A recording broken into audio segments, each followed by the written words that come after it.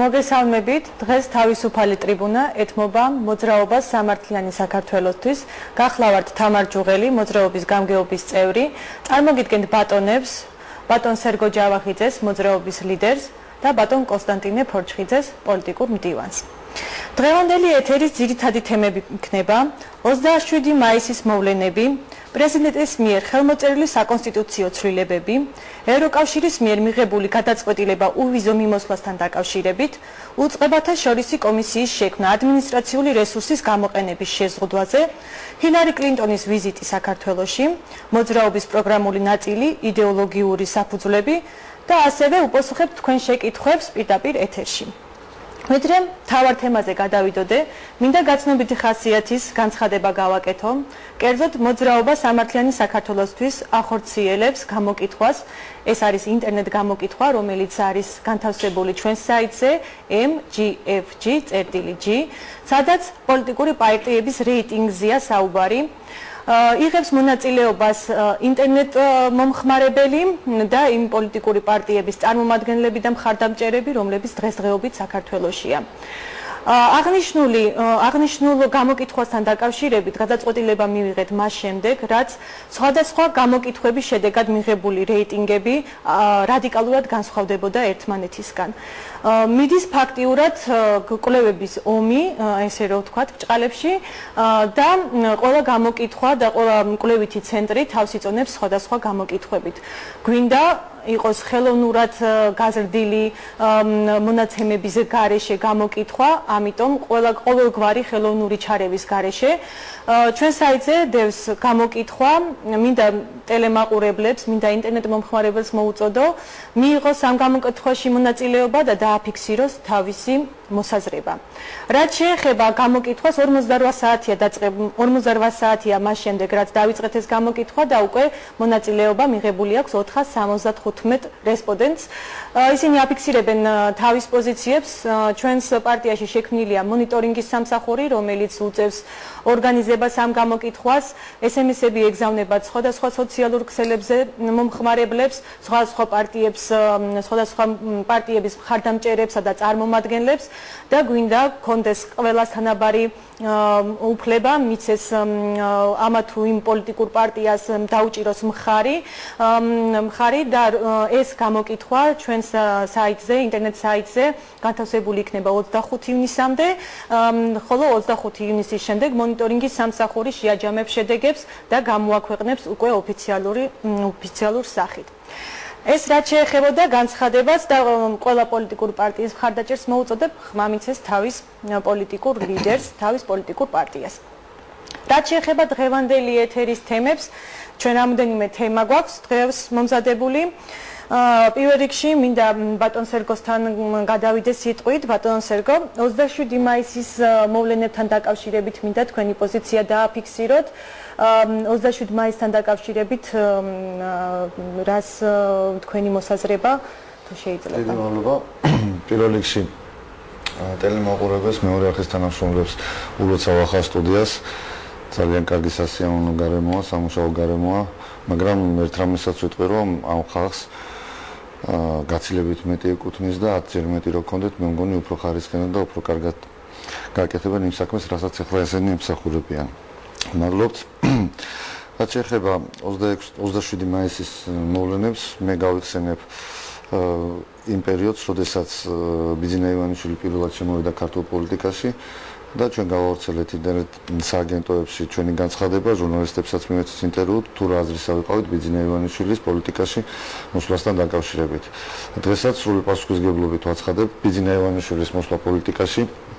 პირველ რიგში მე მინდა რომ ყველა ტელემაყურებელს და ყველა ქართულ ადამიანს კარგად ესმოდეს, ეს იქნება ქვეყნისთვის ძალიან მნიშვნელოვანი. მაშინაც იგივეს ვიძახდით, რომ ეს იქნება მეტი დემოკრატიულობის მომტანი იმ მუქფერებშიც ქვეყანა ცხოვრობდა, იქიდან გამომდინარე, რომ პრაქტიკულად ოპოზიციური ძალები არაფერს არ წარმოადგენდა, აქედან გამომდინარე ხელისუფლება ყოველთვის აძლევდა თავისუფლებას, რაც უნდა ეკეთებია ყოველგვარი კანონის ავლის კანონის გვერდითავლით. მე ვფიქრობ, რომ როგორც არ უნდა დამთავრდეს 2012 წლის არჩევნები, ეს მაინც ქვეყნის კიდევ ერთხელ წინ გადადგმული ნაბიჯი იქნება. ვფიქრობ, რომ იქნება მეტი დემოკრატია, იქნება მეტი გულისყურით ადამიანების პრობლემების მოსმენა და ასე შემდეგ და ასე შემდეგ. 27 მაისის მოვლენებმა ეს კიდევ ერთხელ ნათლად აჩვენა. მე წინ ვერ გავუსწრებ მოვლენებს და რა იქნება შემოდგომაზე არჩევნების შემდეგ, მაგრამ ვიტყვი, რომ ხალხის ნება რაღაცა გარკვეული ცვლილებების მიმართ ეს დაფიქსირდა, საკმაოდ დიდი რაოდენობის ხალხი იყო მოსული და დარწმუნებული ვარ, რომ ქართული ოცნება კიდევ მეც გააკეთებს და წარმატებასაც მიაღწევს რაღაცა გარკვეულ მაგას ალბათ არჩევნები გვაჩვენებს, მაგრამ მე აქვე ვაცხადებდი, რომ მოძრაობა სამართლიანი საქართველო გამორიცხავდა მაშინაც და ალბათ ეს უკვე წინასწარ ნათელი იყო ჩვენთვისაც კოალიციასთან თანამშრომლობას და მართლაც ასე მოხდა. მართალია ცოტა კი გავუსწარეთ მაშინ მოვლენებს, მაგრამ ჩვენ მოგიწევს მარტო გასვლა არჩევნებზე, ჩვენ მოგიწევს მარტო გაკეთება იმ საქმის. იქიდან გამომდინარე, რომ საბოლოო ჯამში ყველა ოპოზიციურმა პარტიამ ერთი რამე უნდა იცოდეს და უნდა ესმოდეს ძალიან ნათლად, რომ ერთი საერთო მიზანი, მიუხედავად მისი პოლიტიკური პლატფორმისა, არსებობს ერთი მიზანი არის ხელისუფლების ცუდი მხარეების გამოვლინება და თქვათ საბოლოო ჯამში დემოკრატიული გზით მისი დემონტაჟი. აქედან გამომდინარე ეს ინტერესი, რადგან საერთოა ყველა პოლიტიკური ძალის, მათ შორის ჩვენიც, რა თქმა უნდა, მივესალმებით ბიძინა ივანიშვილის და ქართული ოცნების წარმატებას და უსურვებთ წარმატებას მომავალ არჩევნებშიც. მადლობთ ბატონო სერგო. ბატონო კონსტანტინე, ამ თემასთან დაკავშირებით თქვენი მოსაზრებაც თუ ფაქტად რჩება, ხალხმა დააფიქსირა თავისი პოზიცია მოქმედი რეჟიმის მისამართით. ეს იყო დიდი მასშტაბის პროტესტი ხელისუფლების მიმართ, პროტესტი იმ ავტორიტარული მმართველობის მიმართ, რომელიც დღეს საქართველოშია. და ბუნებრივიც არის, რომ ამ ხელამუხტი მე არ მახსოვს, თითქმის რამდენი წელია უყურებ და თვალს ვადევნებ ქართულ პოლიტიკას, ვადევნებ ჩვენ ყოველდღიურ ცხოვრებას და მინახია ბევრი მიტინგიც, მაგრამ ამ რაოდენობის ხალხი ფაქტიურად უნდა ვაღიაროთ და ვთქვათ და მოხარულიც ვარ და ბატონმა სერგომაც აღნიშნა, რომ არ გამოსულა არასოდეს. ეს არის ძალზედ კარგი, კიდევ გავმეორდები და ვიტყვი ძალზედ კარგი მომავალი ჩვენი დემოკრატიული განვითარებისათვის. კარგია იმ კუთხითაც, რომ ხელისუფლებას გაუჩნდა რეალური საპირწონე, ის ვეღარ გააგრძელებს ავტორიტარულ მმართველობაში ცხოვრებას და ბუნებრივია მან უნდა იფიქროს ერთ რამეზე, უნდა იფიქროს იმაზე, რომ გადადგას ნაბიჯები შემდგომი დემოკრატიის თვალსაზრისით, ან აირჩიოს გზა დიქტატურისაკენ და ტოტალიტარული სახელმწიფოს მშენებლობისაკენ. ეს არჩევანი მისი გასაკეთებელია. ხოლო სწორი იყო ბატონი სერგო ამ მომენტში, როდესაც თქვა, რომ ჩვენთვის მთავარია ამ ხელისუფლების დემონტაჟი, ჩვენთვის მთავარია, რომ ეს პოლიტიკური სპექტრი იქნას ერთხელ და სამუდამოდ ჩამოცილებული საქართველოს რეალობას და მიეცეს ხალხს თავისი ნების დაფიქსირების საშუალება, ეს ნება დაფიქსირდა და ალბათ გაგრძელდება ნების დაფიქსირება. მიუხედავად იმისა, რომ ჩვენ პოლიტიკურ პოზიციებში შეიძლება რაღაც განმასხვავებელი ნიშნები იყოს რაღაც, ჩვენ მიგვაჩნია, რომ ასეთი სახით მოვლენების განვითარება მხოლოდ წაადგება ქვეყანას, მაგრამ ვიმეორე, ეს უნდა იყოს კანონიერების ჩარჩოში, ეს უნდა იყოს აბსოლუტურად ცივილურ ფორმებში. რათა შემდგომ არ გახდეს ხელისუფლებისათვის რაღაც ხელჩასაჭიდი ისეთი, რომელიც შესაძლებელია გამოყენებული იქნას არა მარტო ბიძინა ივანიშვილის წინააღმდეგ და მისი პოლიტიკური კოალიციის წინააღმდეგ, არამედ მთელი ოპოზიციური სპექტრის წინააღმდეგ. ეს არის ეს მინდოდა დამიფიქსირებინა. მადლობთ ბატონებო. ბოლო დღეებში ძალიან ისეთი თვალშისაცემი თემა იყო ჰილარი კლინტონის ვიზიტი საქართველოში. სხვადასხვა განცხადებები გააკეთეს სხვადასხვა პოლიტიკურმა ძალებმა, სხვადასხვა პოლიტიკოსებმა. ბატონი სერგოს ქონა თავისი განცხადება ამ თემასთან დაკავშირებით. როგორ შეაფასებთ ბატონო სერგო კიდევ ერთხელ მაყურებლისთვის ჰილარი კლინტონის ვიზიტს საქართველოში? ამ თემასთან დაკავშირებით მინდა თქვენთან სიტყვით გადმოვიდე. დიდი სიამოვნებით. დღეს საქართველოს გარშემო შექმნილი მოვლენები, განვითარებული მოვლენები იძლევა იმის პროგნოზის საშუალებას, რომ ჯერ კიდევ არსებობს საფრთხე. მიუხედავად იმისა, რომ მოძრაობა სამართლიანი საქართველო და მე პირადად პოზიტიურად ვაფასებ ქალბატონი ჰილარის სტუმრობას, მით უმეტეს ძალიან ნათლად გამოიკვეთა რამოდენიმე საკმაოდ მნიშვნელოვანი ქვეყნისთვის მნიშვნელოვანი საკითხი. თუ დავიწყებთ ყველაზე პატარა საკითხიდან, თქვათ მილენიუმის პროგრამასთან დაკავშირებით, იგივე ტერიტორიული მთლიანობის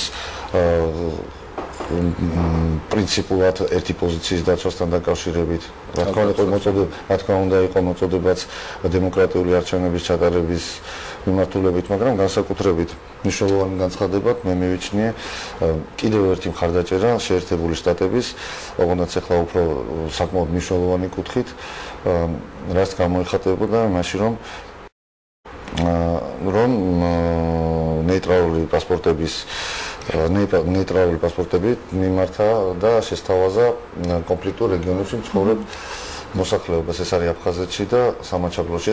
ეს იყო ის გადადგმული ნაბიჯი, რომელსაც ალბათ ხელისუფლება ყოველთვის ცდილობდა კონფლიქტურ რეგიონების საზღვრისპირა ტერიტორიაზე ყოველთვის აეშენებია, გაეკეთებია რაღაცა მნიშვნელოვანი, რომ მათთვის ჩვენი თანამოძღვრებისთვის, აფხაზებისთვის და ოსებისთვის კარგი პირობები დაენახებია და მათ მიიღოთ გადაწყვეტილება ჩვენთან უფრო მეტი კონტაქტის და მეტი ურთიერთობის, მაგრამ ეს ნაბიჯი კიდევ ერთხელ ძალიან კარგი ფორმით ჰილარი კლინტონმა გადადგა და შეერთებული შტატების დეპარტამენტმა, მაგრამ სამწუხაროდ როგორც აქვს ამისთან საკითხებს დადებითი მხარეები, ისევე გამოუჩნდა მასაც უარყოფითი მხარე. ძალიან მნიშვნელოვანია ქვეყნისთვის, რა თქმა უნდა, ამისთან მხარდაჭერა ამერიკის შეერთებულ შტატების, მაგრამ არ უნდა დაგვაუწყდეს, რომ ჩვენ ცხოვრობთ ბუნებრივ სამკუთხედში. ეს სამკუთხედი არის ის, რომ რუსეთი არის ჩვენი მეზობელი, ამერიკის შეერთებული შტატებია ჩვენი პარტნიორი და ჩვენ ვართ ევროპის ნაწილი. და თუ გავიხსენებთ გავლილ პერიოდსაც 2008 წლამდე პერიოდსაც ეხლაც 2008 წლიდან ჰილარი კლინტონის სტუმრობამდე დავენახავთ რომ სავიზო რეჟიმი რუსეთსა და საქართველოს შორის არსებობდა, მაგრამ ჰილარი კლინტონის ამ განცხადებამ გამოიწვია პროვოცირება რუსეთის მხრიდან უკვე სხვა განცხადებების. საფრთხეა შეთავაზება ძალიან მნიშვნელოვანია და მე ვთვლი რომ ეს ძალიან კარგად უნდა გაიაზროს ხელისუფლებამ, რა განცხადებაზეც ეხლა მე გამომახვილებ ყურადღებას. ეს განცხადება ეხება მე მინდა ჩაგიკითხოთ ეს განცხადების შინაარსი, ესე იგი ეს გამოქვეყნდა და საკინფომ გამოქვეყნა და ესეთი ტექსტია. უფლება მიეცეს რუსეთის საკონსულოს განაყოფს ქალაქ გიუმრში გასცეს სამცხე-ჯავახეთში მცხოვრებ სომხებზე შესაბამისი ნიმუშის მოწმობები რუსეთის ტერიტორიაზე დროებითი ყოფნისთვის. უფლება მიეცეს რუსეთის საკონსულოს განყოფილებას ქალაქ გიუმრში ხელი მოჰკიდოს სამცხე-ჯავახეთში მცხოვრები სომხების საკითხებს და მიმართოს. პატივისცემით რუსეთის ჯავახეთის დიასპორა, რუსეთი 2012 წელი ივნისი. ეს არის ძალიან მნიშვნელოვანი განცხადება და ეს არის ძალიან ცუდი მინიშნება იმის, რომ არ დაგვაუწყდეს, რომ სავიზო რეჟიმი 2008 წლამდეც არსებობდა, ჰილარი კლინტონის ვიზიტამდეც არსებობდა სავიზო რეჟიმი და გავიხსენოთ, სამცხე-ჯავახეთში უდიდესი ნაწილი არის საქართველოს მოქალაქეები, რუსეთის მოქალაქე თუ არის იქ ვინმე ცხოვრობს ახალქალაქში ნინოწმინდაში, დარწმუნებულია რომ მათ ვიზის პრობლემა არ გააჩნიათ. ესე იგი ეს არის მიმართული იმ საქართველოს მოქალაქეების მიმართ, რომლებიც ცხოვრობენ ახალქალაქში ნინოწმინდასის სამცხე-ჯავახეთის ტერიტორიაზე და იგივე პრაქტიკულად ლიბერალურ კანონს თავაზობს. მე არ ვიცი როგორი ფორმით გამოვა და რანაირად, რაც თქვათ ამერიკის შეერთებულმა შტატებმა შესთავაზა ჩვენ ქვეყნის იმ კონფლიქტურ ტერიტორიებზე მაცხოვრებელ ადამიანებს. ეს საკმაოდ ცუდი ნიშანია იმის, რომ კიდევ ერთი საფრთხე შეიძლება გაჩნდეს ქვეყანაში ამ განცხადების შემდეგ, მაგრამ მე მაინც კიდევ ერთხელ დავუბრუნდები და ყოველთვის მართლა შეიძლება რომ თქვა ნეგატივზე ელაპარაკო. კიდევ ერთხელ ჩვენი პარტიის სახელით შევთავაზებ ხელისუფლებას, რომ აუცილებლად გააკეთოს უსაფრთხოების გაფართოებული ფორმატი, სადაც ყველა ოპოზიციური პარტიის წარმომადგენლები იქნებიან, იმიტომ რომ ამისთან საკითხები ძალიან ძნელია და ძალიან რთულია გადაწყვეტო. არა მარტო ეს საკითხია, თუნდაც ვთქვათ, ახლა პოტენციური მოწინააღმდეგეებისგან არ შეიძლება ვთქვათ რუსეთი ვიგულისხმოთ. ნებისმიერი ქვეყანა შეიძლება იყოს შენი პოტენციური მოწინააღმდეგე. ნებისმიერ ქვეყანას შეუძლია შენ ქვეყანაში შემოიტანოს დესტაბილიზაცია. ნებისმიერმა გადაუჭრელმა საკითხმა. აქედან გამომდინარე, ჩვენ გავამახვილებთ ყურადღებას, რომ აუცილებლად რუსეთია ჩვენი პოტენციური მტერი. შეიძლება ეს იყოს სხვა აღარ დავასახელებ, მაგრამ ამ შემთხვევაში შეიძლება პროვოცირება სასონხეთის მხრიდან იყოს და ასე შემდეგ და ასე შემდეგ. კიდევ ერთხელ ვითხოვ ამ ფორმატის აღდგენას მე მგონი იყო ბატონო კოტე ეს ფორმატი ადრე. კი, რამდენჯერ გაფართოებას და არ შეიძლება ხელისუფლება ერთპიროვნულად გადაწყვიტოს ამისთან საპრეზიდენტო არჩევნების შემდეგ იყო ბატონო. რა თქმა უნდა. ასევე არაადეკვატური დამოკიდებულება ვთქვათ ჩვენ საზღვრებთან არადემარკირებული საზღვრები ამან გამოიწვია ახლა ჩვენთვის ნათელი იყო ახლა იყო სულ ახალხანი იყო გარეჯობა და მე მგონი ყველას კარგად ახსოვს დავით გარეჯის სამონასტრო კომპლექსთან ამხელა პრობლემები წარმოგვეშვა აზერბაიჯანთან მიმართებაში ესეთი საკითხებიც არ უნდა წდებოდეს ერთპიროვნულად ამ საკითხს უნდა სხვანაირი დამოკიდებულება და უფრო ფართო ფორმატი და კიდევ ერთხელ მოუწოდებ რომ ეს ფორმატი აღდგეს, მაგრამ ნუ ახლა სხვა საფრთხეებთან ერთად არის თქვა საფრთხეები, საერთაშორისო ტერორიზმი თქვა, სხვადასხვა რაღაცეები ქვეყნისთვის, მაგრამ ამაზე რო არ გავამახვილოთ ყურადღება და რაღაცა, რაც დღეს ქვეყანაში აუცილებლად მოსაგვარებელია. ეს არის ავტორიტარიზმი, რომელმაც შეიძლება სერიოზული დესტაბილიზაცია გამოიწვიოს თან ამ ფონზე, როდესაც საქართველოს წინ რამოდენიმე თვეში არჩევნები ელოდება. ამას მე ვაცხადებ იმაზე დაყრდნობით რომ სულ ახალხან მე მგონი გუშინ გავცელდა ინფორმაცია ეს ინფორმაცია ეხება საქართველოს დემოკრატიის ხარისხს რომელიც ადამიანთა უფლებების საერთაშორისო ორგანიზაცია მე მგონი Freedom House-მა გავრცელა რომელიც აფასებს საქართველოს დემოკრატიის ხარისხს 4.8%-ით 7 ბალიანი შკალით ეს რას ნიშნავს? ჩვენ არ შეგვეშალოს 7 ბალიანი შკალა ერთიანია ყველაზე მაღალი მაჩვენებელი, კარგი მაჩვენებელი. ანუ საშუალოზე დაბალი მაჩვენებელია საქართველოს დემოკრატიის ხარისხის. რუსეთს და აზერბაიჯანს უფრო დაბალი მაჩვენებელია, სასონხეთია მოხსენებული როგორც საშუალო დემოკრატიის ხარისხის მაჩვენებელი და პირველ ადგილზეა თორემ სლოვენია. მე მგონი ამ პოსტ საბჭოური ქვეყნებიდან და ყოფილი იუგოსლავიიდან. აქედან გამომდინარე, თუ კი ვიტყვით თქვა საშიშროება, ერთ-ერთი საფრთხე და პოტენციური საფრთხე მე მგონი ყველა დამეთანხმებით საქართველოში ავტორიტარული რეჟიმია, თუ ამისკენ გადადგავს ხელისუფლებანებიც, თუ არ დემოკრატიის ხარისხი არ გაიზრდება და რასაც ჩვენ ვხედავთ, რომ საკმაოდ სერიოზული საერთაშორისო ორგანიზაციები აფასებენ საკმაოდ დაბალი მაჩვენებლით, ერთ-ერთი ქვეყნის საფრთხეთ მიმაჩნია მე და მე ერთ-ერთი უმთავრესად რა თქმა უნდა მას შემდეგ როდესაც რუსეთთან დავალაგებთ ურთიერთობებს ნორმალურად და თქვათ სამწყე-ჯავახეთში თუ კი ანალოგიურ კონფლიქტს არ წარმოშობს აი ეს თქვათ მე ვფიქრობ ჩვენთვის დადებითი და პოზიტიური განცხადება ჰილარი კლინტონის მაგრამ რუსეთიდან ადეკვატური პასუხი მადლობთ ბატონო სერგო ჩვენ ერთ-ერთ თემად მოძრაობის პროგრამული ნაწილი გვაქვს ჩვენი იდეოლოგიური საფუძვლები. რაღაც ნაწილს ბატონი სერგო შეეხო კიდევაც, მაგრამ მინდა ბატონ კონსტანტინესთან გადავიდე სიტყვით. ბატონო კონსტანტინე, იდეოლოგიური საფუძვლები ჩვენი პარტიის, რომ მაყურებლისთვის უფრო საინტერესო იყოს, თქვათ იგივე თქვენი მოსაზრებაც, ჩვენი პოზიციაც ამასთან დაკავშირებით და ჩვენი იდეოლოგიური საფუძვლები, რომ ამაზე ისაუბროთ. ძალიან კარგი თემაა, ბატონო სერგო შეეხო და თქვა, რომ დღეს არსებობს პრიორიტეტები ბუნებრივია პოლიტიკაში. პოლიტიკური ველი, პოლიტიკური სივრცე დამოკიდებულია პოლიტიკურ ვითარებაზე ქვეყანაში, ძალთა განლაგებაზე, საუბარი აქვს პოლიტიკური სუბიექტების ძალებზე, მოწინააღმდეგის ძალებზეც, ხელისუფლების ძალებზეც და ასე შემდეგ და იმ გარემოზე, სადაც ეს ასე ვთქვათ, პოლიტიკური ჭიდილი კონკურენცია მიმდინარეობს ბუნებრივია. ამ პირობებში, როდესაც ქვეყანაში არის ავტორიტარული მმართველობა და ავტორიტარული მმართველობა არის ზუსტად იმის გამო, რომ ხელისუფლება ვერ გარკვეულა ან არ გარკვეულა იმ თემაში, რომ ძალაუფლება და ხელისუფლება არ არის ერთი და იგივე, ეს არ გახლავთ უბრალოდ იურიდიული კაზუისტიკა, ეს არ გახლავთ ის, რომ მაგალითად რა იქნება კონსტიტუციაში ჩაწერილი და რა ნორმებმა უნდა განსაზღვროს ძალაუფლებისა და ასე ვთქვათ ხელისუფლების ასე ვთქვათ ტერმინოლოგიები მე მინდა აქ ჩვენმა ტელემაყურებელმა იცოდეს ერთი რამ რომ არ შეიძლება ძალაუფლების და ხელისუფლების ერთმანეთში გაიგივება. ეს აწყობს ხელისუფლებას, აწყობდა პირველ რიგში 1995 წელს მიღებული იმ კონსტიტუციით, რომელთაც ფაქტიურად დღეს ჩვენ ქვეყანაში ვცხოვრობთ, იმ რეჟიმს, მხედველობაში მაკედუარ ჩევარდნაძე და მისი მმართველობის პერიოდი, მათ ძალიან კარგად იცოდნენ თავის დროზე, რომ ზუსტად ამ ძალაუფლების საკითხის ასეთი გაიგივებით და ხალხისათვის ძალაუფლების ჩამორთმევით კონსტიტუციურად მიიღებდნენ იმ ავტორიტარულ მმართველობას და მიიღებდნენ იმას, რაც დღეს ქვეყანაში დღეს ჩვენ გვაქვს. ეს გაკეთდა თავის დროზე 95 წელს ამოიღეს, შემდეგ უფრო შორს წავიდა ეს ხელისუფლება და მოახდინა ფაქტიურად ამის საფუძველზე ხელისუფლების უზურპაცია, ანუ განახორციელა ხალხისგან დამოუკიდებლად, ანუ ხალხის ხარჯზე მოსული, რევოლუციური გზით მოსული ხელისუფლება ისეთი ნაბიჯები გადადგა, რომ პირიქით კონცენტრაცია გაუკეთა მაქსიმალურად ძალაუფლებას, წაართვა ის ხალხს და გააიგივა ხელისუფლებასთან ერთად. ამის ნათელი მაგალითია დღეს გავრცელებული გიგაბოკერიას ასე ვთქვათ კომენტარები, რომელიც ინტერნეტ საშუალებებში გავრცელდა და ეხებოდა ძალაუფლების გადაცემის საკითხს. ძალაუფლება ვის უნდა გადასცენ?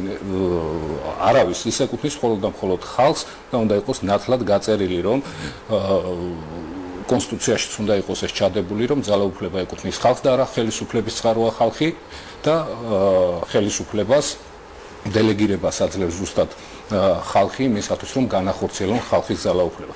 აი ეს არის უმთავრესი და უმნიშვნელოვანესი საკითხი. არ ვიცი ხა რამდენად ხალხისთვის გასაგებენაზე ვთქვი ეს მე ყველაფერი, მაგრამ ალბათ პოლიტიკოსები ამ თემას უშუალოდ გაიგებენ. თუ ჩაუღრმავდებიან ჩვენი მოსახლეობა ამ თემატიკას, ისინიც მიხვდებიან, რომ აირჩევენ პარლამენტი იქნება თუ ხელისუფლება იქნება, ხო? თუ არ არსებობს ქვეყანაში ისეთი მექანიზმები, რომ შესაძლებელი იყოს გავლენა იქონიო ამ შენარჩეულ ხელისუფლებამდე, არჩევნების პერიოდამდე, ესე იგი არჩევნებიდან არჩევნების პერიოდში, მაშინ ბუნებრივია, ხო, იქ ყველაფრის საშიშროება ჩდება. იქ ჩდება საშიშროება ავტორიტარიზმის განვითარების, იქ ჩდება საშიშროება ასე ვთქვათ სოციალური ხალხის სოციალური მდგომარეობის გაუარესების და ასე შემდეგ. ჩვენ ვნახეთ ეს გზა, სხვათა შორის ეს გზა გავლილი აქვს იგივე განვითარებულ დემოკრატიულ ქვეყნებს, ევროპის ქვეყნებს, სადაც ეს საკითხი არის ნათლად გამიჯნული. თამ უნდა მე მინდა ძალიან მცირედ და დავამთავრებ ამ თემას, ერთ პატარა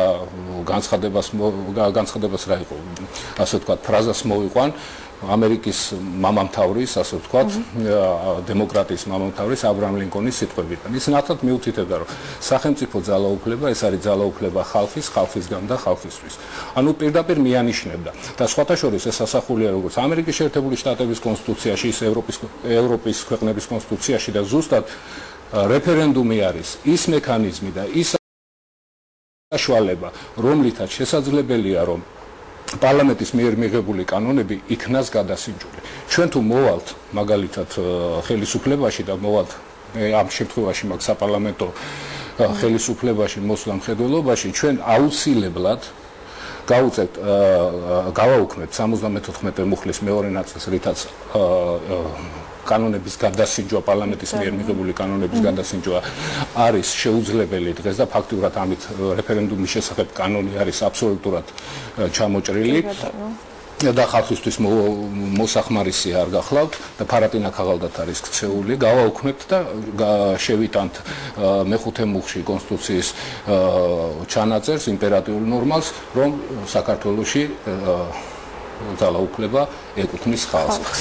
აი ეს მინდოდა მეთქვა, ჩვენ გავაკეთებთ ამას იმ შემთხვევაში თუ მოვალთ უმრავლესობით, თუ ვერ მოვალთ უმრავლესობით, ბუნებრივია ვიბრძოლებთ იმისათვის, რომ ხალხმა ერთხელ და სამუდამოდ დაიბრუნოს ის ძალაუფლება, რომელიც მას წაართვა ჯერ შევარდნაძის ხელისუფლებამ და შემდგომ გააგრძელა და უფრო შორს წავიდა დღევანდელი ნაციონალური მთავრობა. მადლობთ ბატონო კონსტანტინე, დიდი მადლობა. მინდა ბატონ სერგოსთანაც გადავიგდე იგივე იდეოლოგიურ საფუძვლებთან დაკავშირებით ჩვენი პარტია ბატონო სერგო დაბალანსების პოლიტიკას ირჩევს საგარეო ურთიერთობებში ამ თემასთან დაკავშირებით ჩვენი იდეოლოგიურ საფუძვლებთან დაკავშირებით თქვენი მოსაზრება?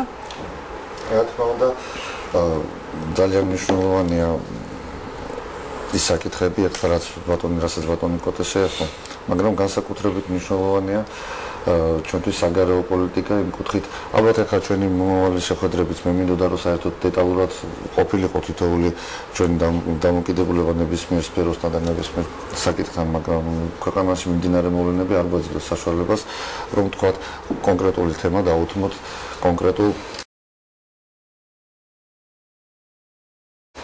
მხოლოდ კონკრეტულ საკითხს, იმიტომ რომ ძალიან ელვისის სწრაფით იცვლება მოვლენები. ჩვენ ფიქრობთ, რომ დაბალანსებული პოლიტიკა, საგარეო პოლიტიკა იმდენად მნიშვნელოვანია ქვეყნისთვის, რომ ჩვენ როდესაც ვლაპარაკობთ ბუნებრივ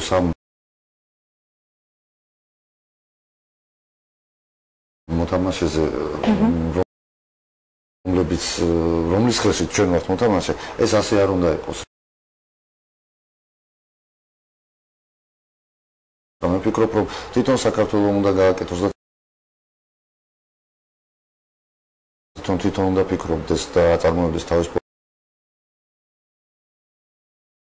პოლიტიკას და არა ვთქვათ ვიღაცის ხელში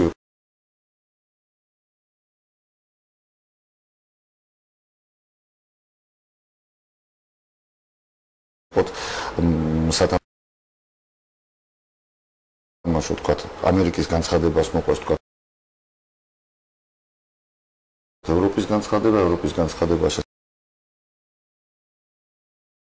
საბამისად რუსეთის ადეკვატური განცხადება ქვეყანა უნდა ეძებდეს მოკავშირეებს და არა თქვათ რაღაცა სხვა ხო იგროვებდეს მტრებს აუცილებლად უნდა ყველაში მოკავშირე უნდა დავინახოთ მიუხედავად იმისა რომ თქვათ ჩვენი პოლიტიკური პარტიის პირველი ნაბიჯები იქიდან გამომდინარე რუსეთთან კეთილმოზღუდული ურთიერთობის აღდგენა გვინდა და დღეს მაგალითად რუსეთის მოქმედებებს ჩვენი პოლიტიკური პარტიაც ვეღარ აღიქონს თქვათ რაღაც ოდნავ პოზიტივსაც ვერავინ ვერ დაინახავს მათ საქციელში როგორი განცხადებებიც არ უნდა მოусმინოთ ჩვენი სხვა პოლიტიკური ოპონენტებისაგან. რუსეთი პრაქტიკულად თიც გვიქნევს ნებისმიერი საქართველოს ნებისმიერ თქვათ წინსვლაზე. მე ახლა არ მინდა რომ არ გავიხსენო დღეს იყო მე მგონი განაცხადა რუსეთის საგარეო საქმეთა სამინისტროს წარმომადგენელმა ალექსანდრ ლუკაშევიჩმა რომ თითქოს ქვეყანა მისცემს თავისუფლებას ნებისმიერ დროს ომი წამოიწყოს და ისე ვთქვათ ავანტიურაში აღმოჩნდეს რუსეთთან იმდენად დიდია ამერიკის დახმარება ჩვენი შეიარაღებული ძალებისათვის ეს არის აბსურდი მაგრამ პროვოკაციული რა თქმა უნდა რასაც შეეპასუხა ამერიკის მხარე მე მგონი მარკ ტერნერმა უპასუხა ეს საგარეო დეპარტამენტის წარმომადგენელმა და იყო ესეთი განცხადება რომ ძალიან ბევრ საკითხში რუსეთი და ამერიკა თანამშრომლობს მაგრამ ვერ შეთანხმდებიან თქვა საქართველოს საკითხში ვერასოდეს ეს არც ეს პოზიციაა მე მგონი საქართველოსთვის მისაღები რომ თქვა რაღაცა აღმოჩნდეთ იმისთან მაგაზე ჩვენ გავხდეთ რაღაცა განხეთქილების და ჩვენი პრობლემები ჩვენ თვითონ უნდა მოვამყაროთ მე ამას ხაზგასმით ვამბობ ამ სამ ბუნებრივ მოთამაშესთან ვიყოთ ნორმალურ დამოკიდებულებაში ისე ვეცადოთ თუმცა ვხედავ მე ჩვენი ქვეყნის ხელისუფლებისგან უკვე ქმედებებს რუსეთთან ურთიერთობების დავაგებისკენ გადადგმულ ნაბიჯებსაც რაღაცა გარკვეული დოზით მაგრამ ეს საკმარისი არ არის ეს უნდა ცოტა მეტი დოზით უნდა იყოს გაკეთებული ცოტა მეტად უნდა ჩაერთოს საგარეო საქმეთა სამინისტრო და ალბათ შედეგიც იქნება მაგრამ ჩვენ ამერიკის ჩარევა სიტყვაზე ჩვენ კონფლიქტიურ რეგიონებში შეიძლება რაღაცა გარკვეული კუთხით პოზიტივი იყოს მაგრამ ჯობია ჩვენ ვეცადოთ იმ აფხაზებთან და ოსებთან კიდევ ერთხელ მოლაპარაკება კიდევ ერთხელ ვცადოთ მათი ნდობის აღდგენა რომ ეს საბოლოო ჯამში მართალია გრძელვადიანი პროცესია მაგრამ საბოლოო ჯამში ისევ ჩვენ თვითონ შევეძლოთ ამ ხალხის შემოbrunება ჩვენსკენ რაც გამოიწვევს საბოლოო ჯამში ტერიტორიული მთლიანობის აღდგენასაც ჩვენი ხედვა ასეთი იქნება რა თქმა უნდა მნიშვნელოვანი საკითხები გველოდება წინ რა თქმა უნდა კიდევ ერთხელ ვიტყვი რომ ჰილარი კლინტონის განცხადებები და ის მოწოდებები რომელი რეკომენდაციებიც აუცილებლად უნდა გაითვალისწინოს ხელისუფლებამ რომ ძალიან მნიშვნელოვანია და ასეწევია სასამართლოს დამოუკიდებლობის ხარისხი აუცილებლად გასათვალისწინებია ადამიანების უფლებებზე მის დემოკრატიის ხარისხის აწევა და რა თქმა უნდა მედია საშუალებები რომელიც ერთ-ერთ სერიოზულ პრობლემად რჩება მაგრამ კიდევ ერთხელ გავამახვილებ ყურადღებას იმაზე რომ დემოკრატიულად ჩატარებული არჩევნები ეს მინდა რომ ყველას კარგად ესმოდეს დემოკრატიულად ჩატარებული არჩევნები საბოლოო ჯამში ისევ და ისევ ვინც არ უნდა იყოს გამარჯვებული ვინ რამდენი პროცენტიც არ უნდა იყოს ეს იქნება საქართველოსთვის კიდევ ერთხელ წინ გადადგმული ნაბიჯი და მე მოუწოდებ ხელისუფლებასაც მოუწოდებ ყველა ოპოზიციურ პარტიას რომ მაქსიმალურად ყურადღებით გაუნის ფარგლებში და დემოკრატიულად ყოველგვარი ძალიან ძნელი მოსასმენია აი გამორჩეულის მოსყიდვაზე კაცავად გაგაწყვეტინებთ მაყურებელი ყავს შემოუშვათ და შემდეგ გავაგრძელოთ დიახ გისმენთ პირდაპირ ეთერში ხართ პირდაპირ ეთერში დიახ ბატონო კონსტანტინე, თუ შეიძლება ერთი რამე გითხრათ. დიახ. ძალიან სასიამოვნოა თქვენი მოსმენა და სასიამოვნოა ისიც, რომ აი აპირებთ მომავალ პარლამენტში მოსვლას და მონაწილეობას. ამდენად გჯერათ თქვენ აი სიების დაზუსტების თაობაზე. მე კი ვფიქრობ, ჩემი სუბიექტურად გეტყოდით, რომ არავითარ შემთხვევაში მამუკა კაციტაძის ხელში არავინ ურავის ნუექნება იმედი, რომ სიები დაზუსტებული იქნება. იქიდან გამომდინარე, ჩემო ოჯახის წევრები 7 ადამიანი წასულია საზღვარგარეთ, ყოველ წელს არიან სიაში, ყოველ წელს და არავინ არ მოსულა ჩემ ოჯახში მაგალითად იმისათვის, რომ გადაემოწმებიათ, ტყუილია ეს.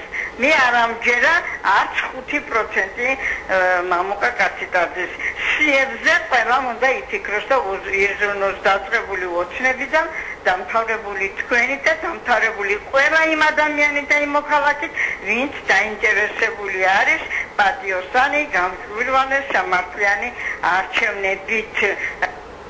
მადლობთ ქალბატონო ზარისთვის, მადლობთ ბატონო კონსტანტინეს დიდი მადლობა. შეკითხვას ეს აქილევსის ქუსლია ალბათ. სიები ყოველთვის იყო აქილევსის ქუსლი, ყოველთვის რჩება, სამწუხაროა, მაგრამ ჩვენ IFS-ის ფორმატში მოლაპარაკების პერიოდში ქონდა იმის შესაძლებლობა იმ რუგვალმაგიდასთან დაკავშირებით, რომელიც მიმდინარეობდა თითქმის 7-8 თვის განმავლობაში, იყო იმის საშუალება, რომ ესე იგი არსებობდა სხვადასხვა მოსაზრებები ამ სიების გადამოწმებასთან თავი. ჩვენ ქონდა ჩვენი წინადადებები, 8-იან შემდგომ 6-იანს ქონდა თავის წინადადებები, ხელისუფლებასაც ქონდა თავის წინადადებები, მაგრამ სამწუხაროდ ხო ეს ყველაფერი დაჯდა საბოლოოდ ხელისუფლების ვარიანტზე და ამდენად ხელისუფლების ვარიანტიდან ბუნებრივია უკვე რა შეიძლება გამოვიდეს, ნუ ამას გვაჩვენებს ალბათ ცოტა ხანში 1 აგვისტოს დაიდება ეს სიები და გვექნება ჩვენ ალბათ იმის საშუალება, რომ რეალურად შევაფასოთ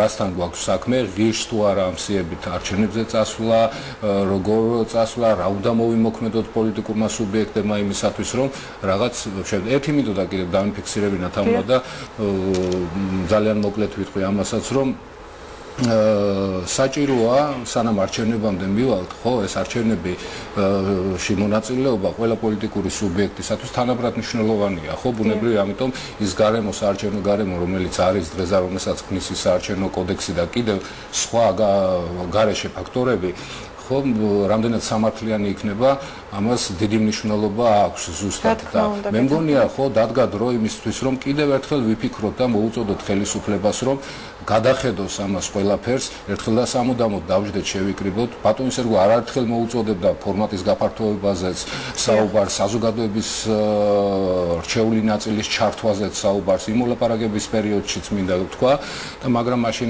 ყურად არიღეს ეს ყველაფერი და დღეს მივიღეთ ის, რაც მივიღეთ. აი ეს არის და ეს მინდოდა ამასთან დაკავშირებით მე თქვა. არის ბატონი სერგო თუ გექნება თქვენი მოსაზრება ამ სიების გადამოწმებასთან დაკავშირებით? აუცილებლად სამწუხაროდ ჩვენი პარტია და ჩვენი წარმომადგენლები ვერ იღებენ ამ სიების გადამოწმებაში მონაწილეობას, მაგრამ წინასწარ მაინც მე თავს შევიკავებ იმის განცხადებისგან, რომ თქვა ეს სიები კარგი იქნება თუ სულ იქნება. ერთი რაც მთავარია, უნდა ითქვას, რომ სიები არჩევნების ერთ-ერთი ფუნდამენტალური საკითხია. სიების გარეშე არჩევნებაზე. სიების თაობაზე ბატონ სერგო არის პოლიტიკური სუბიექტები, ვინც ღებულობენ და ოპოზიციაში საკმაოდ აქტიურად არიან და ალბათ ისინიც იტყვიან, ხო? რა თქმა უნდა, მე ვფიქრობ, რომ რადგან ქართული ოცნება და მე მოვკარე ასეთ ინფორმაციას ყური, რომ აპირებს კარდეკარ პროგრამის ჩატარებას სიების გადამოწმების მიზნით და ისიც ვიცი, რომ ქართული ოცნების წარმომადგენელი მრეწველები არიან მამუკა კაციტაძის კომისიაში, მე მგონი შიდა სამზარეულოც კარგად ეცოდინებათ და დაადრიან ამ სიებს და ნახოთ ალტერნატიული გადამოწმება ალბათ ჩვენ ვერც პასუხისგებლობას ვერ ავიღებთ და ვერც იმას ვერ ვიტყვით წინასწარ, თქვა ეს სიები როგორ იქნება. ყოველ შემთხვევაში კომისიის შექმნის დროს პოლიტიკური ნება არსებობდა, რომ სია დადებულიყო ერთხელ და სამუდამოდ ნორმალური და თუ ეს ასე არ მოხდება, მაშინ არც კოალიციის ამ აქტივობას არ აქვს აზრი და არც აქტივობას. გეთახმებით. მადლობთ. ევროკავშირის მიერ მიღებულ გადაწყვეტილებაზე უვიზო მიმოსვლასთან დაკავშირებით, აი ამ თემასთან დაკავშირებით ბატონ კონსტანტინესთან მინდა სიტყვით გადავიდე. ბატონო კონსტანტინე, აი ამ თემასთან დაკავშირებით ვიზო მიმოსვლასთან დაკავშირებით თქვენი მოსაზრება? ძალიან კარგი, ასე ვთქვათ, ფაქტი, მინდა ვთქვა, დაჩქარდა ეს პროცესი ევროპასთან ჩვენი ინტეგრაციის დაახლოების. ჩვენი პოლიტიკური პლატფორმა, ასე ვთქვათ, და ბატონმა სერგომ ნათლად ახსნა ეს და თქვა და გასაგებია, მე მგონია ჩვენი მსმენელისათვის. ჩვენ მე კიდევ ერთხელ დავაფიქსირებ იმისათვის, რომ უფრო ჩაჯდეს ჩვენი, ასე ვთქვათ, ტელემოხმარებლის, ასე ვთქვათ, გონებაში ის რისი თქმაც მინდა მე, რომ იცოდნენ, რომ როგორია ჩვენი საგარეო პოლიტიკური კურსი, იმიტომ რომ ამაზეა აწყობილი ფაქტიურად და ამ პოზიციაზე. ჩვენ ვართ ევროკავშირში გაწევრიანების მომხრე, მაგრამ არავითარ შემთხვევაში ნატოში გაწევრიანების. ჩვენ ვართ ფინური მოდელის მომხრე. კიდევ მე წინა ეთერშიც ვთქვი ეს და კიდევ დაგჭირდება ამაზე საუბარი, იმიტომ რომ სხვადასხვა მაყურებელი და სხვადასხვა დროს შემოსული მაყურებელი უყურებს ჩვენ გადაცემას და შეიძლება ვერ ნახა წინა გადაცემა, მაგრამ ამასთან დაკავშირებით. ეხლა მნიშვნელოვანი ეს იყო იმ თვალსაზრისითაც, რომ ჰილარი კლინტონის ჩამოსვლა დაემთხვა ეს 3 დღით ადრე იქნა გაკეთებული ეს განცხადება. ევროპა ცდილობს, რომ მთლად ამერიკის შეერთებულ შტატებს არ დაუთმოს ეს პოლიტიკური ველი, მისთვის სასიცოცხლოა ევროპისათვის დღეს საქართველო და სამხრეთ კავკასია და ისინი ცდილობენ და სხვათა შორის მოგვიწოდებენ კიდევაც, რომ თავარი საქართველოსათვის უნდა იყოს ამ ეტაპზე რეგიონალური სტაბილურობის მოღწევა, დემოკრატიული ინსტიტუტების განვითარების შესაძლებლობა და პლუს ამას თუ რა თქმა უნდა ევროკავშირთან დაახლოება იქნება ძირითადი განსაზღვრელი და ჩვენ აქ დიდი ნაბიჯებით წავალ და მოუწოდებ მე ხელისუფლებას ამ შემთხვევაში, რომ გადადგას უფრო აქტიური ნაბიჯები დემოკრატიზაციის თვალსაზრისით გადადგას უფრო აქტიური ნაბიჯები, მაგრამ თუ ის ამას არ გააკეთებს, მაშინ გააკეთებს ამას ის პოლიტიკური ძალა, ვინც მოვა შემდგომში ხელისუფლებაში. ეს მინდოდა მეთქვა ძალზე მნიშვნელოვანი იყო და ფაქტიურად აქ ჩვენ უნდა გვესმოდეს, რომ ევროპას აქვს საკუთარი ინტერესები საქართველოში, ამერიკის შეერთებულ შტატებს აქვს საკუთარი ინტერესები საქართველოში და რუსეთსაც აქვს საკუთარი ინტერესები საქართველოში. პლუს კიდევ ამას რეგიონალურ ჩვენ მეზობლებს მხედველობაში მაქვს აზერბაიჯანის და სომხეთის, მათაც აქვთ ეს ინტერესები საქართველოში. ამიტომ ძალზე მნიშვნელოვანი იყო ეს განცხადება გაკეთებული. ჩვენ და ჩვენი პარტია მივესალმებით ევროპასთან დაახლოების ყველანაირ მცდელობას, ევროკავშირში გაწევრიანებას და ალბათ უსაფრთხოების საკითხებიც მაშინ იქნება უფრო მეტად სასარგებლო საქართველოსთვის, როდესაც ჩვენ გავხდებით ევროკავშირის წევრი ქვეყანა. მაყურებელი გვყავს, შემოვიყვანოთ. დიახ, გისმენთ, პირდაპირ ეთერში ხართ. გისმენთ. გამარჯობათ. გამარჯობათ. მოგესალმებით ყველას. ბატონო სერგი და ბატონო კონსტანტინე. მე მინდა რომ ეს თქვენ სერჯერავა, მე ახლა ეს პოლიტიკოსი, რაღაცა ეს 73 წლის კაცი ვარ და ეს უმშევარი კაცი ვარ და ტელევიზორთან ვარ სულ ეს მიჯაჭვული. დიახ. და რომ უყურებ ამ უსამართლობას და ამ ეს სააკაშვილის ეს რაფერი დაბახცია თავი თქვა. სერგო, კონსტანტინე. არ მესმის ბატონო. თუ შეიძლება ცოტა ხმამაღლა არ მესმის. ხმამაღლა ბატონო. დიახ, დიახ. მე გისურვებ იმას, რომ ეს ამ სააკაშვილი რაღაცნაირად მოვახერხოთ, რომ ეს სააკაშვილი გავისწროთ იმ მოსავალში. რა თქმა უნდა. და ეს მაინტერესებს, რა თქვენ ეს სერგო და ეს კონსტანტინე, ეს რა იდეები გაქვს? შენ ახლა ეს მაგე ხოსი მოძლიერებული არის ახლა ეს საქართველოში. იდეა დავინახეთ, კლინტონს გაფერებით ყლები მოხდა, რა ეს მოაწელა ის ხალი, ეს მარტო კლინტონი კი არა, მთელ დასავლეთიდან, მთელ ამერიკას აწილეს, ეს ვიღაც.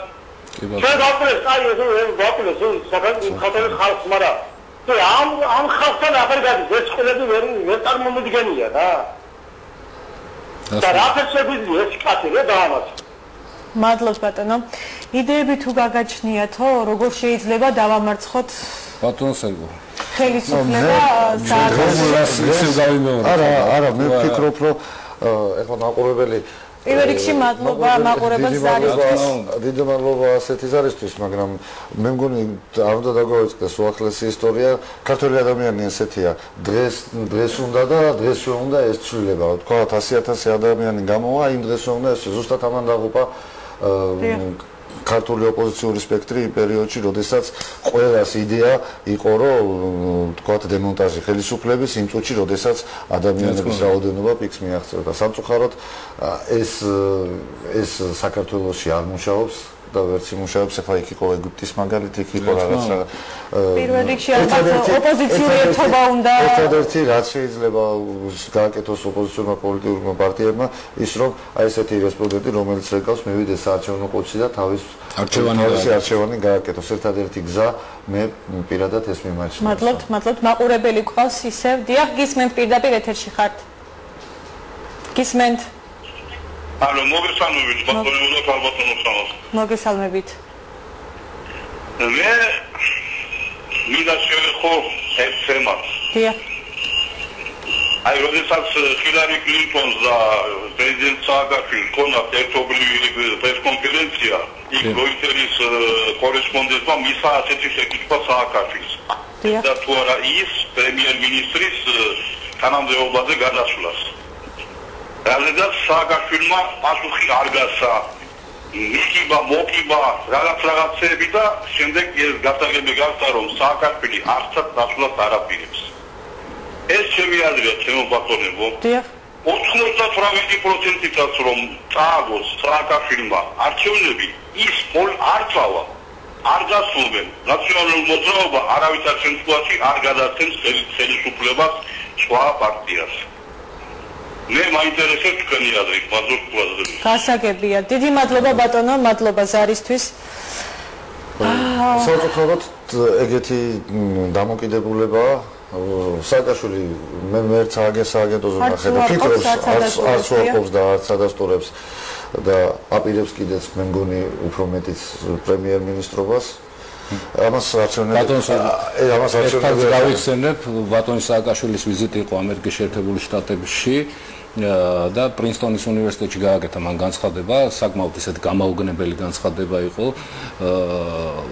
ფაქტიურად მან თქვა რომ საქართველოში საპრეზიდენტო ინსტიტუტს უფრო მეტი ნდობა აქვს ვიდრე მე ესე იგი ფაქტიურად ეს რას ნიშნავს ხო ეს იმას ნიშნავს მაშინ რატო იცვლება ეს საპრეზიდენტო რესპუბლიკა ჩვენ რატო გადავდივართ საპარლამენტო რესპუბლიკაზე თუ ასეთი განწყობაა ხო ხალხში ბუნებრივი ნუ აქედანაც უნდა ვიფიქროთ რომ სააკაშვილი ფიქრობს იმას რომ პრემიერ-მინისტრი გახდეს და დაიკავოს შეიძლება სხვა თანამდებობაც მაგრამ ეს ამას აჩვენებს ის არჩევნები ზუსტად რა და ვინ გაიმარჯვებს ვისი პოლიტიკური ვის ექნება საკონსტიტუციო უმრავლესობა იმიტომ რომ ჩვენმა ტელემაყურებელმა ისიც უნდა იცოდეს რომ 2013 წელს შეუძლია გახდეს მხოლოდ სააკაშვილს ამ კონსტიტუციის პირობებში თუ 2013 წელს საპრეზიდენტო არჩევნების შემდეგ შედის ძალაში ის კონსტიტუცია ახალი კონსტიტუცია რომელიც აძლევს საშუალებას პარლამენტს დააკომპლექტოს მინისტრთა კაბინეტი ამდენად მე უპასუხებ რამდენად 2013 წლის დეკემბრამდე ვერც სააკაშვილი და ვერც სერგო ჯავახიძე და ვერც კონსტანტინე ფორჩხიძე და ვერც ვერანაერი ადამიანი ვინც მოვა დღეს მაშინ რა ხელისუფლებაში ვერ ჩამოაყალიბებს მინისტრთა კაბინეტს ეს არის იურიდიული ფაქტი და ამას ვერაუა ვერავინ მადლობთ ბატონო კონსტანტინე მაყურებელი ყავს შემოვიყვანოთ დიახ გისმენთ პირდაპირ ეთერში ხართ გამარჯობათ ერთი შეკითხვა მინდა რომ დაგისვათ დიახ მე მინდა ბატონი ბიძინა ივანიშვილის გასაგებად ერთი რაღაცა რომ თქვა რომ ეს ეძიკაზროინდელი პოლიტიკოსები რო ყავს გვერდზე როგორ მიგაჩნიათ ეს ყველაფერი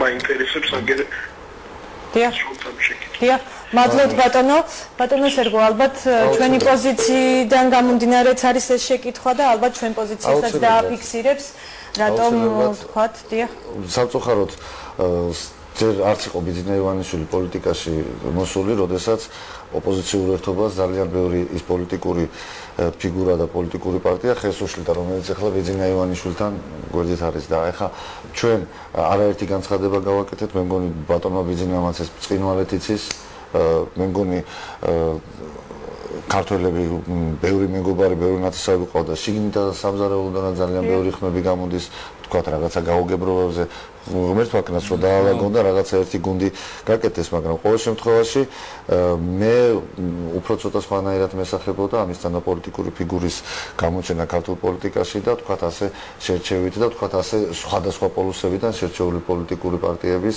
სხვადასხვა პოლიტიკური პლატფორმების პარტიების ასე წინ წამოწევა ნახოთ რა შედეგს გამოიღებს მაგრამ ყოველ შემთხვევაში მოძრაობა სამართლიანი საქართველოსთვის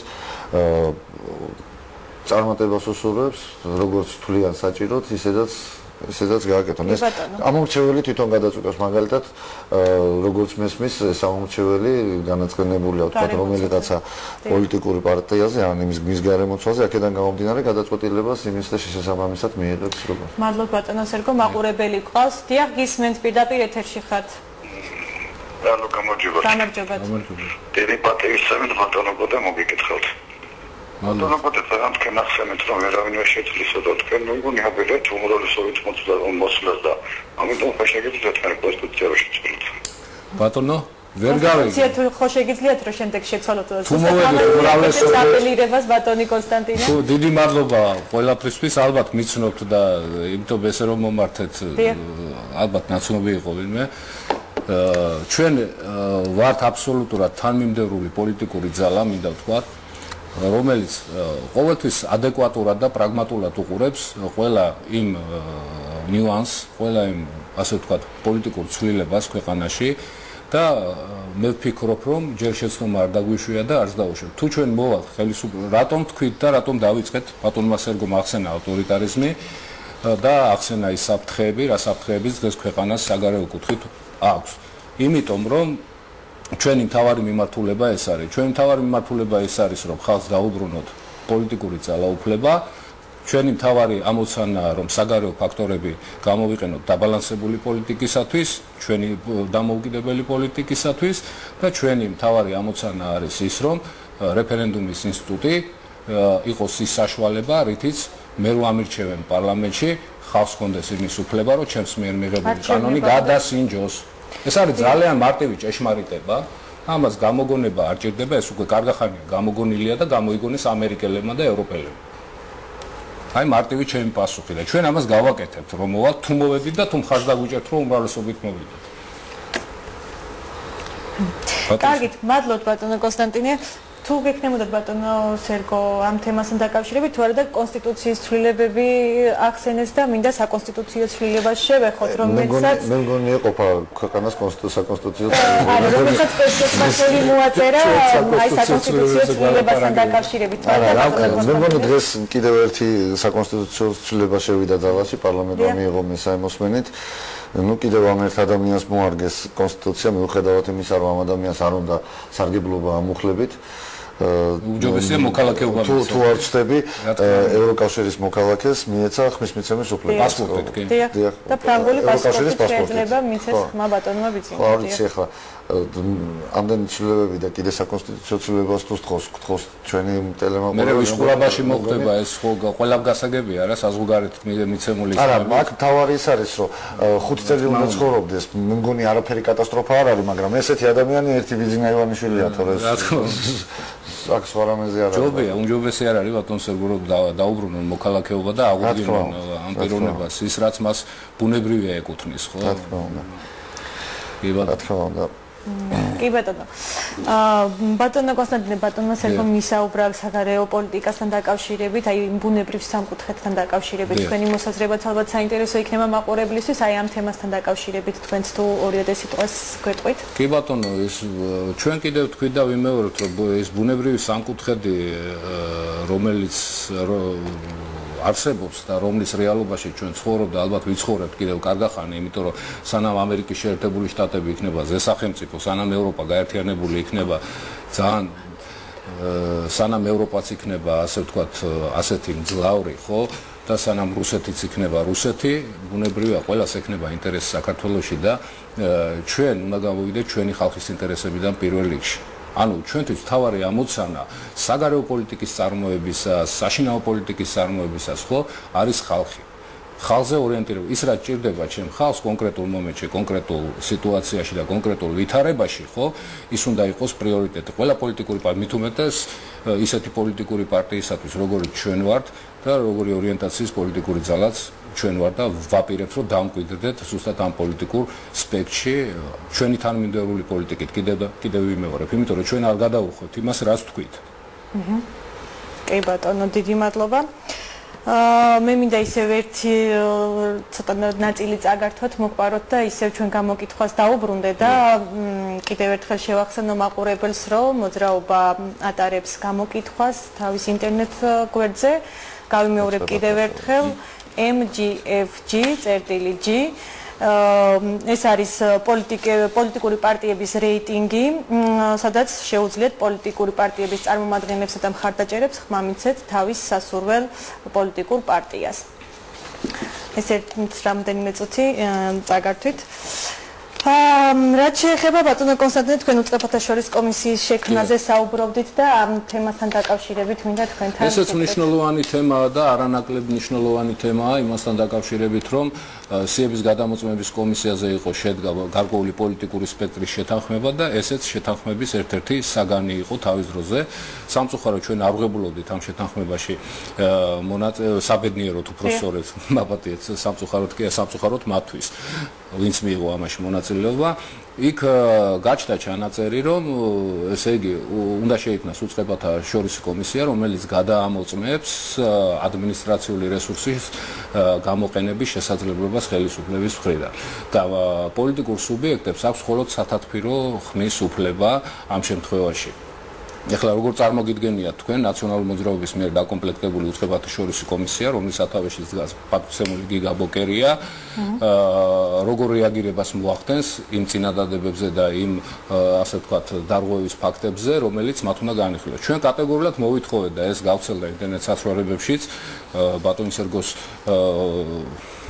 წინათ ჩვენ შევიკრიბეთ და მივიღეთ გადაწყვეტილება გამგეობამ, რომ გაგვეკეთებინა ამაზე განცხადება, იმიტომ ვთვლით, რომ მნიშვნელოვანი თემა არის და მნიშვნელოვანი საკითხია. მე რო არ დავიწყოთ თავში ხელის თქმა, დღეს უნდა მივიღოთ გადაწყვეტილება იმის შესახებ, რომ პოლიტიკური სუბიექტები კვალიფიცირებული აბსოლუტურად უნდა იყვნენ ჩართული ამ პროცესში, ამ კომისიაში და უნდა ქონდეთ მათ ისეთივე ხმის უფლება, როგორც სხვა უწყების, რომელიმე მინისტრს ან რომელიმე წარმომადგენელს, რომელიც ამ უწყებათა შორისი კომისიის წევრია დღესდღეობით. აი მხოლოდ ამ შემთხვევაში არის შესაძლებელია სამართლებრივად და სამართლიანად მიუდგეთ იმ თემას. ბატონ სეგო, მე რაუნდენიმე სიტყვით დავამატებ. რა თქმა უნდა აუცილებელია ძირითადად უწყებათა შორის კომისიას როგორც ჩანაწერშია მედია მონიტორინგი ევალება, მაგრამ მე მაქვს ესეთი თხოვნა. ახლა დღეს მთელი საზოგადოება პოლიტიკური სპექტრი უყურებს ბიძინა ივანიშვილის მის კოალიციას ელოდება რა თქმა უნდა ერთი კომისიის მუშაობის შედეგსაც მეორე კომისია რას გააკეთებს, რა განცხადებები იქნება ამ კოალიციისგან.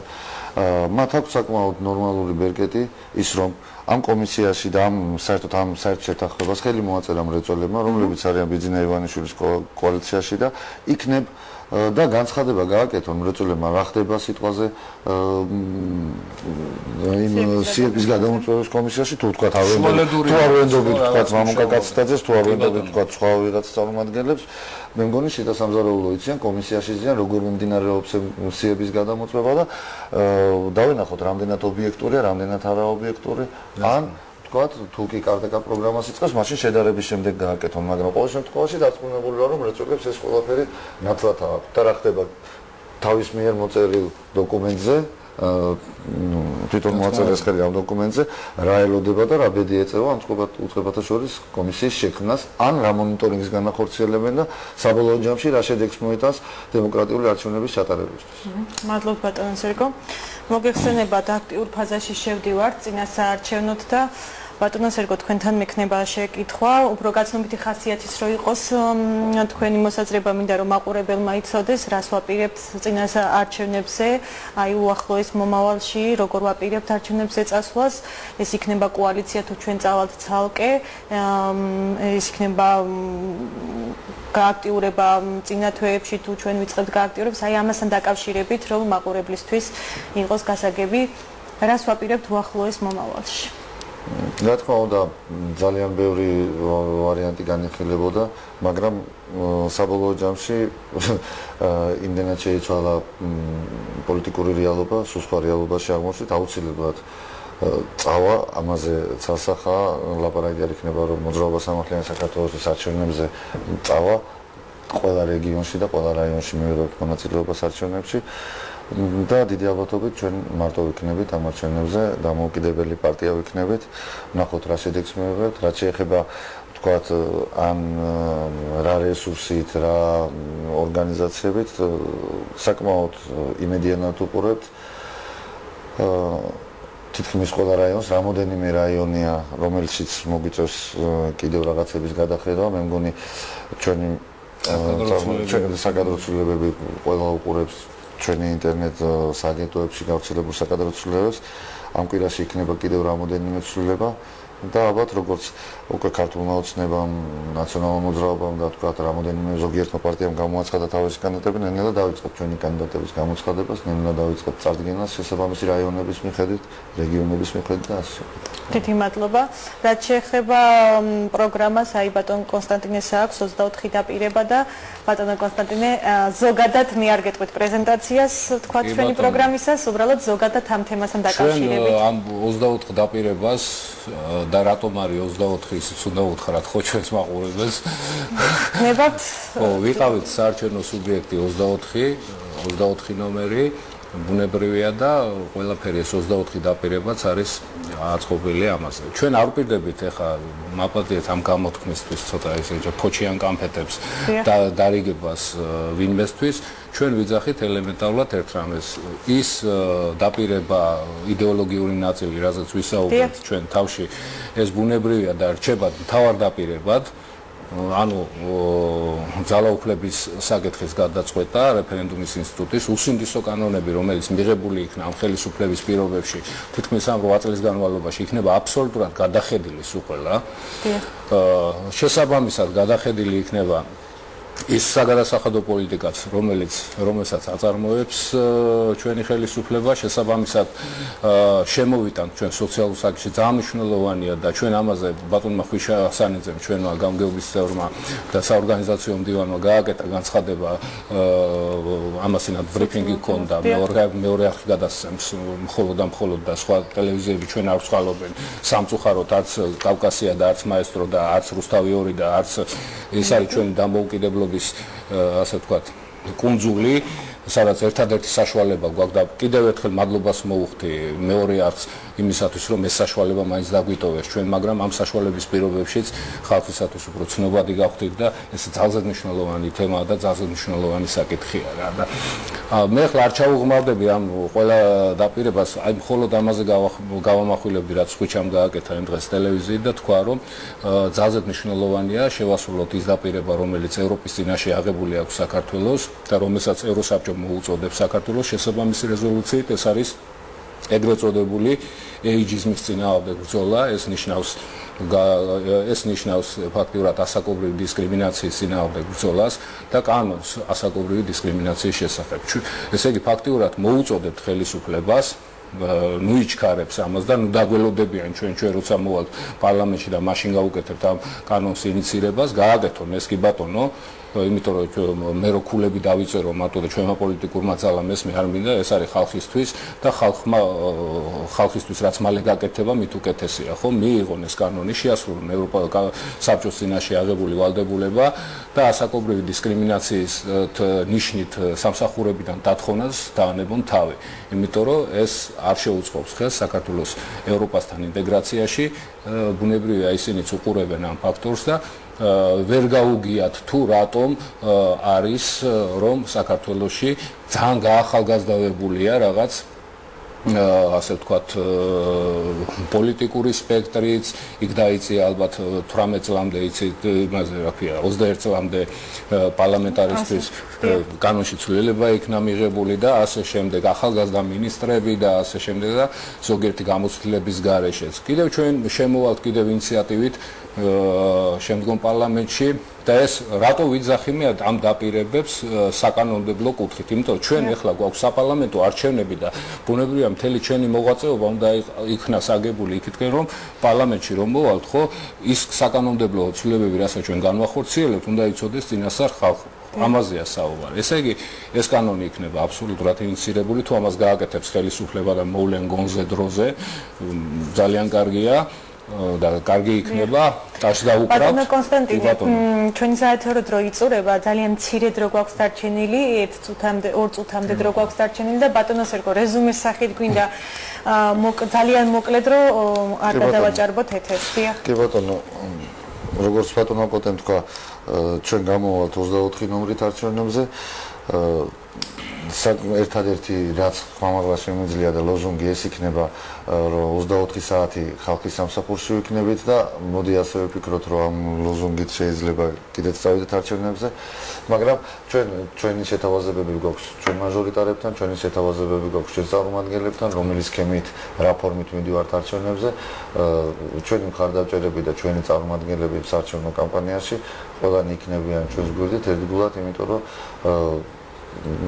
ჩვენი საქმე სწორია და აუცილებლად გავიმარჯვებთ. მადლობთ ბატონებო, მადლობას მოგახსენებთ, მადლობას მოვახსენებ მაყურებელს, რომ გიყურებდით. თავისუფალი ტრიბუნა ეთმობოდა მოძრაობას სამართლიანი საქართველოსთვის. კარგად ბრძანდებოდეთ.